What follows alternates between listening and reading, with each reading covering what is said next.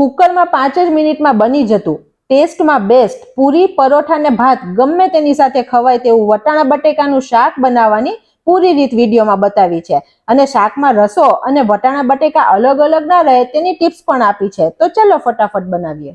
સૌથી પહેલા આપણને શાક બનાવવા માટે જોઈશે વટાણા અને બટેટા. તો અત્યારે મેં આ 1 વાટકી ફ્રેશ એટલે કે તાજા લીલા વટાણા લીધા છે અને આ 4 મીડિયમ બટેટા લીધા છે. આ બટેટાને હવે ધોઈ અને તેની છાલ કાઢી લઈએ. વટાણાને આપણે 2-3 વખત પાણીથી ધોઈ લીધા છે અને પાણી નિતારી લીધું છે.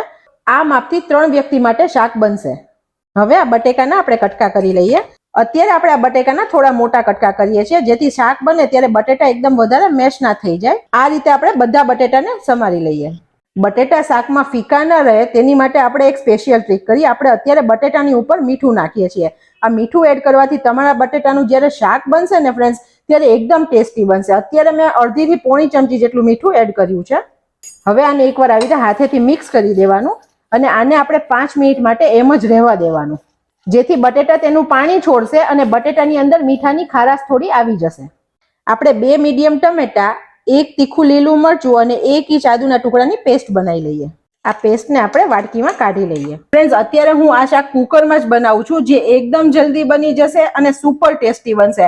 તમારે સવારે ટિફિનની ઉતાવળ હશે ને તો બહુ જ સરસ જલ્દી શાક તૈયાર થઈ જશે એવી રીત તમને બતાવું છું. ગેસની ફ્લેમ એકદમ સ્લો રાખી છે. હવે તેની અંદર આપણે આ 2 ચમચા જેટલું તેલ લઈએ છીએ. આ 1/4 ચમચી જેટલી રાઈ ઉમેરું છું. આ અડધી ચમચી જીરું ઉમેરું છું. તમારે એકલું જીરું નાખવું હોય તો તમે એકલું જીરું પણ લઈ શકો છો. હવે આપણી રાઈ ફૂટી રહી છે ત્યારે આપણે 2 પિંચ જેટલી હિંગ એડ કરીએ છીએ. આ 6-7 લીમડાના પાન છે. આ એક નાનું તમાલપત્ર છે. ફ્રેન્ડ્સ આમાં તમારે ખડા મસાલા નાખવા હોય ને તો તમે બધા નાખી શકો છો. તજ, લવિંગ વગેરે તમે આમાં વઘાર વખતે નાખી શકો છો પણ મારે ગરમ મસાલો એડ કરવો છે તેથી હું અત્યારે ખડા મસાલા નથી વાપરતી. આ એક સૂકું લાલ મરચું છે જેના 2 કટકા કરીને લીધું છે.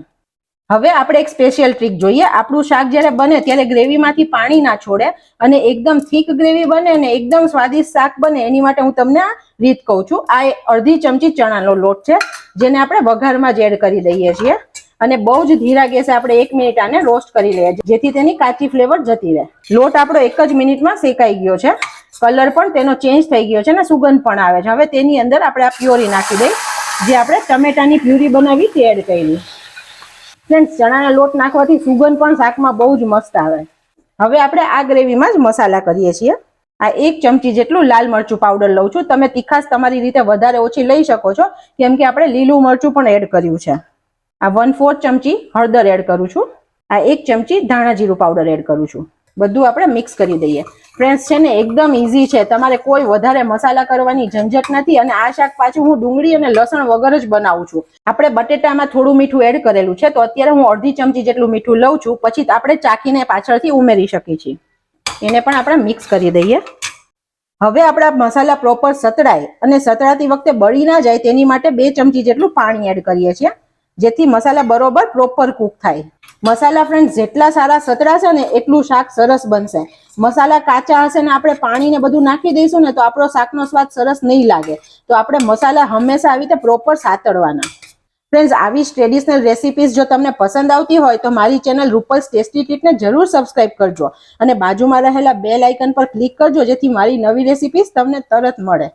હવે આપણા મસાલા પ્રોપર સતળાઈ ગયા છે અને તમે જોઈ શકો છો તેમાંથી તેલ પણ છૂટું પડી ગયું છે. તો આ ટાઈમે હવે તેની અંદર આપણે વટાણા એડ કરીએ છીએ.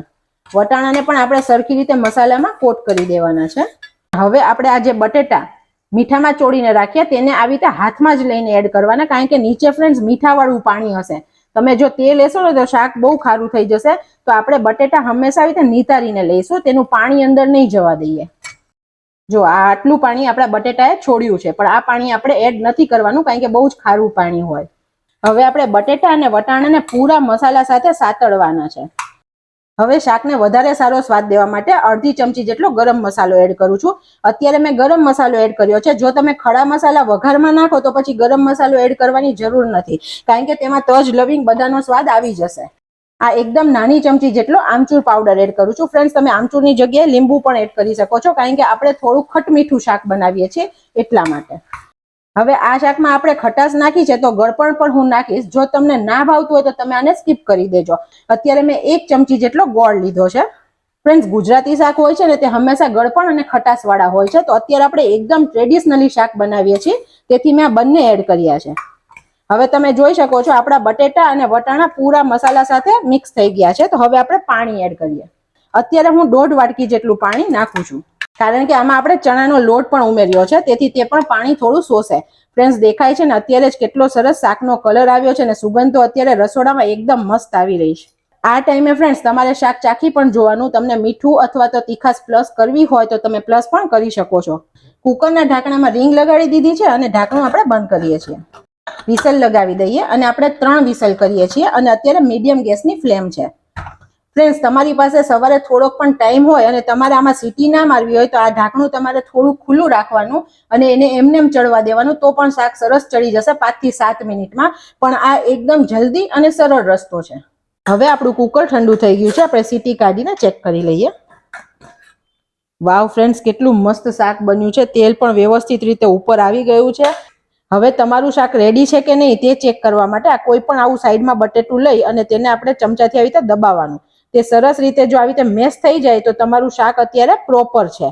અત્યારે તમારા બટેટા અને વટાણા સરસ ચડી ગયા છે. અત્યારે આપણી આ કન્સિસ્ટન્સી પ્રોપર છે, કારણ કે હજી આ શાક થોડું રહેશે ને તેમ થીક થશે. હવે ઉપરથી આપણે થોડી કોથમીર એડ કરી દઈએ અને શાકને હજી બહુ સારી ફ્લેવર દેવા માટે અડધી ચમચી જેટલી કસૂરી મેથી પાછળથી મસળીને એડ કરું છું. ફ્રેન્ડ્સ, તમારી પાસે ના હોય ને ના નાખવી હોય તો પણ ચાલે, પણ હોય તો નાખજો, તેનો સ્વાદ સરસ લાગે છે. હવે આ શાકને આપણે એકવાર મિક્સ કરી દઈએ.